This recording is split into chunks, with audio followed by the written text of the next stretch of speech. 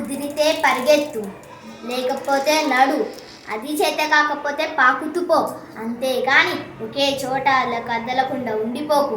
ఉద్యోగం రాలేదని, వ్యాపారం దెబ్బ తినిందని, స్నేహితుడు ఒకడు మోసం చేశాడని, ప్రేమించిన వాళ్ళు వదిలి వెళ్ళిపోయాడని అలాగే ఉండిపోతే ఎలా?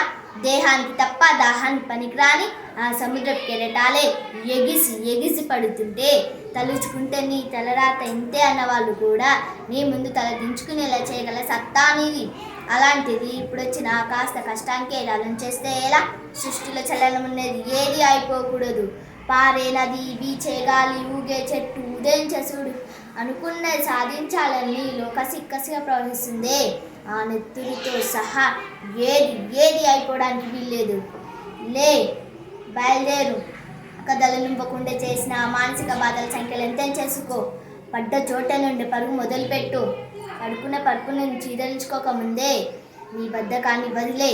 నీ అద్దం నిన్ను ప్రశ్నించకముందే సమాధానం వెతుక్కో.